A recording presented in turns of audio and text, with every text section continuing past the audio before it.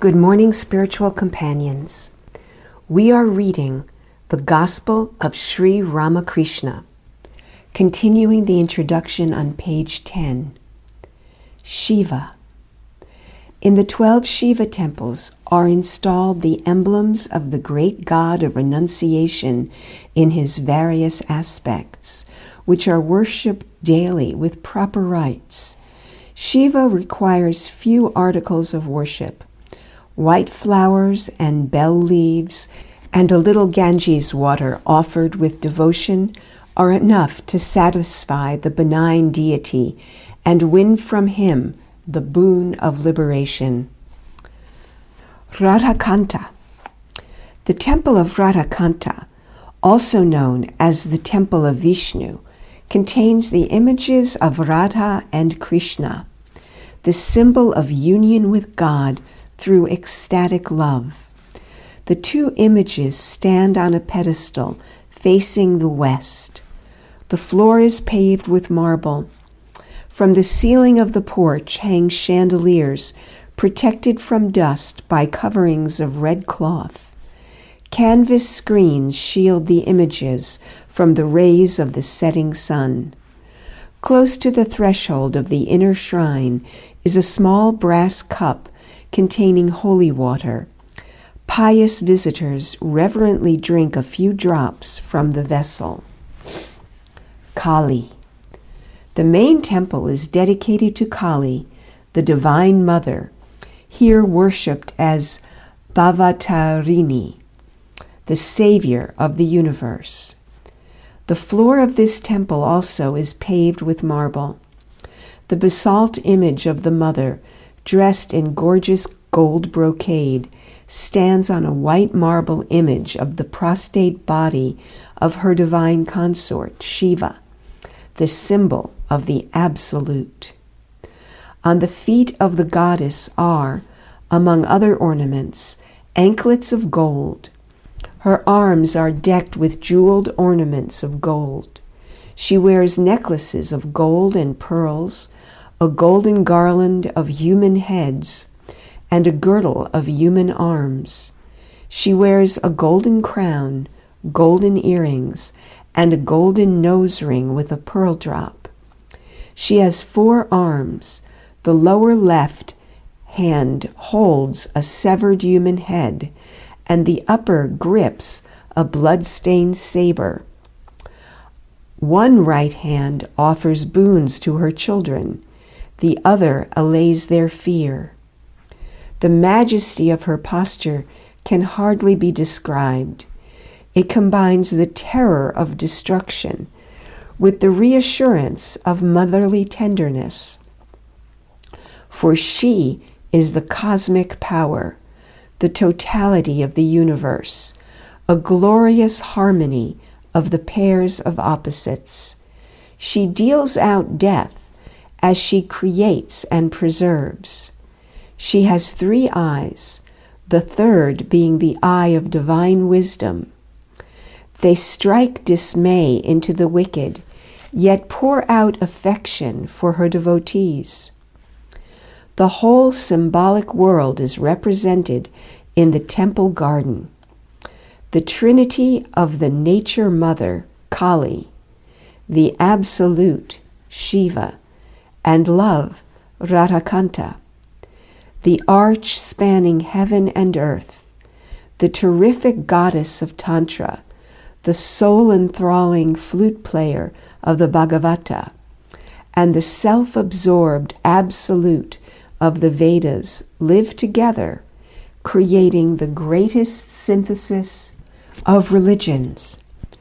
All aspects of reality are represented there. But of this divine household, Kali is the pivot, the sovereign mistress. She is Prakriti, the procreatrix, nature, the destroyer, the creator.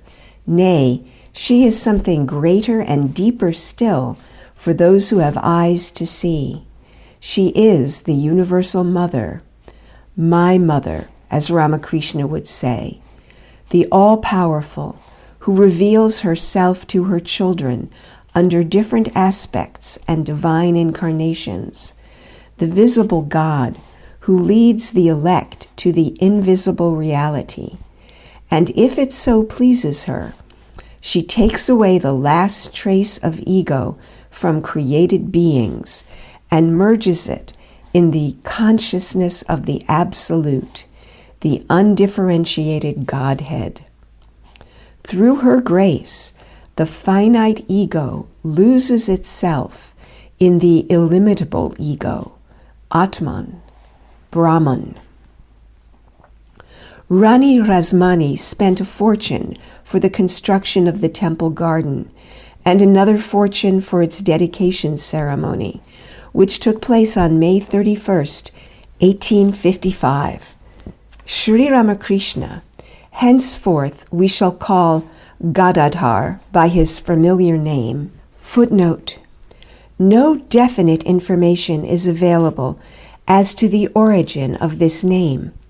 Most probably it was given by Mathur Babu, as Ramlal, Sri Ramakrishna's nephew, has said, on the authority of his uncle himself. He came to the temple garden with his elder brother Ramkumar, who was appointed as a priest of the Kali temple.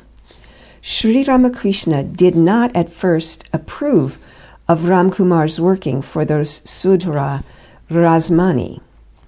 The example of their orthodox father was still fresh in his mind.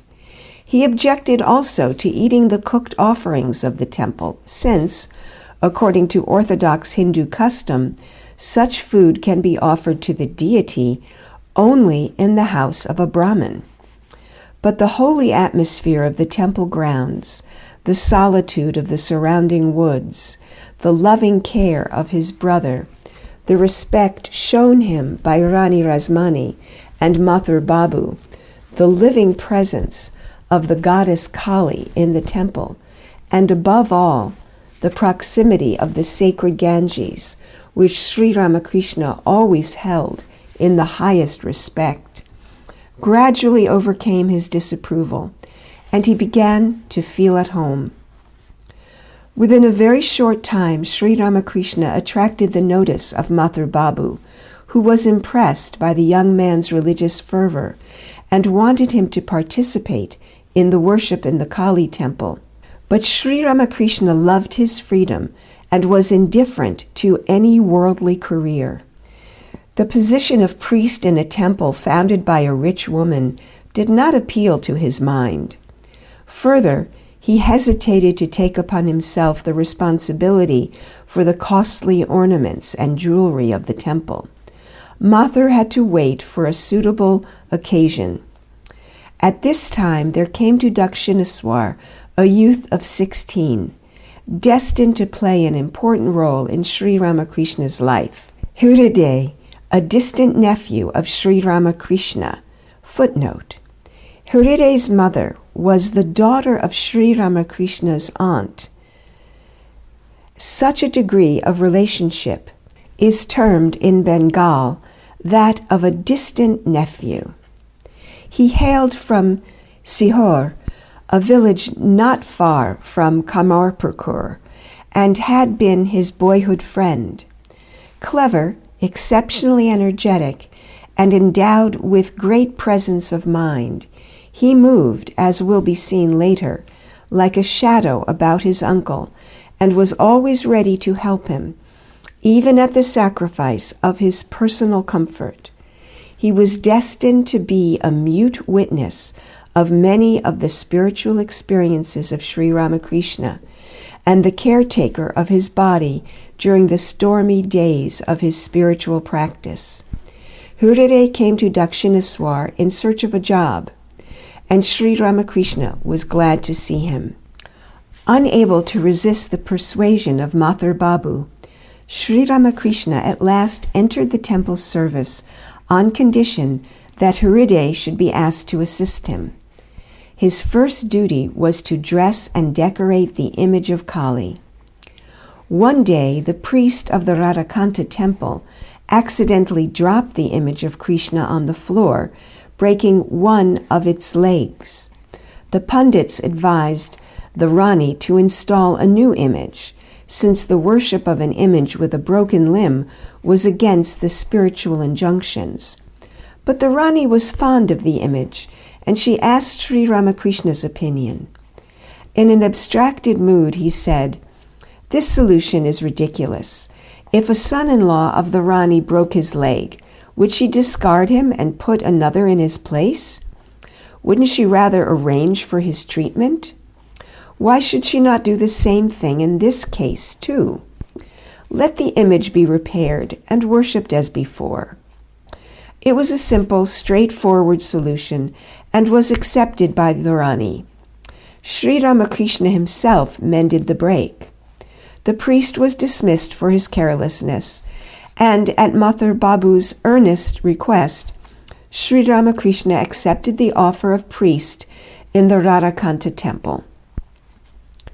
Sri Ramakrishna as a priest. Born in an Orthodox Brahmin family, Sri Ramakrishna knew the formalities of worship, its rites and rituals, the innumerable gods and goddesses of the Hindu religion are the human aspects of the indescribable and incomprehensible spirit, projected by it for the benefit of the finite human mind. They understand and appreciate human love and emotion, help men to realize their secular and spiritual ideals, and ultimately enable men to attain liberation from the miseries of phenomenal life. The source of light, intelligence, wisdom, and strength is the one alone from whom comes the fulfillment of desire. Yet, as long as man is bound by his human limitations, he finds it easy to worship God through human forms. He must use human symbols. Therefore, Hinduism asks its devotees to look on God as the ideal father, the ideal mother, the ideal husband, the ideal son, or the ideal friend. But the name ultimately leads to the nameless, the form to the formless, the word to the silence, the emotion to the serene realization of peace in existence, knowledge, bliss, absolute. The gods gradually merge in the Godhead, but until that realization is achieved, the devotee cannot dissociate human factors from his worship. Therefore, the deity is bathed and clothed and decked with ornaments. He is fed and put to sleep. He is propitiated with hymns, songs, and prayers. And there are appropriate rites connected with all these functions. For instance, to secure for himself external purity, the priest bathes himself in holy water and puts on a holy cloth. He purifies the mind and the sense organs by appropriate meditations. He fortifies the place of worship against evil forces by drawing around it circles of fire and water. He awakens the different spiritual centers of the body and invokes the Supreme Spirit in his heart. Then he transfers the Supreme Spirit to the image before him and worships the image, regarding it no longer as clay or stone, but as the embodiment of spirit, throbbing with life and consciousness. After the worship, the Supreme Spirit is recalled from the image to its true sanctuary, the heart of the priest.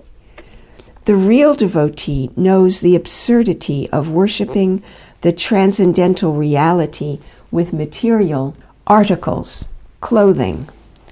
That which pervades the whole universe and the beyond, putting on a pedestal that which cannot be limited by space, feeding that which is disembodied and incorporeal, singing before that whose glory The music of the spheres tries vainly to proclaim, but through time, these rites, the devotee aspires to go ultimately beyond rites and rituals, forms and names, words and praise, and to realize God as the all-pervading consciousness. Hindu priests are thoroughly acquainted with the rites of worship, but few of them are aware of their underlying significance. Ignorant priests move their hands and limbs mechanically, in obedience to the letter of the scriptures, and repeat the holy mantras like parrots. But from the very beginning, the inner meaning of these rites was revealed to Sri Ramakrishna. As he sat facing the image, a strange transformation came over his mind. While going through the prescribed ceremonies, he would actually find himself encircled by a wall of fire, protecting him and the place of worship from unspiritual vibrations, or he would feel the rising of the mystic kundalini through the different centers of the body. The glow on his face, his deep absorption, and the intense atmosphere of the temple impressed everyone who saw him worship the deity. Ramkumar wanted Sri Ramakrishna to learn the intricate rituals of the worship of Kali. To become a priest of Kali, one must undergo a special form of initiation from a qualified guru, and for Sri Ramakrishna, a suitable Brahmin was found.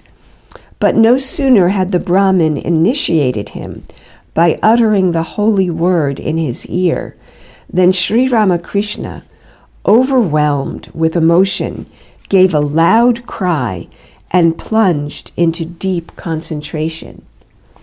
Mathur begged Sri Ramakrishna to take charge of the worship in the Kali temple. The young priest pleaded his incompetence and his ignorance of the scriptures. Mathur insisted that devotion and sincerity would more than compensate for any lack of formal knowledge and make the Divine Mother manifest herself through the image. In the end, Sri Ramakrishna had to yield to Mathur's request. He became the priest of Kali. In 1856, Ramkumar breathed his last. Sri Ramakrishna had already witnessed his father's death. Even then, he had come to realize how impermanent is life on earth. The more he was convinced of the transitory nature of worldly things, the more eager he became to realize God, the fountain of immortality. End of today's reading. Tomorrow, his first vision of Kali.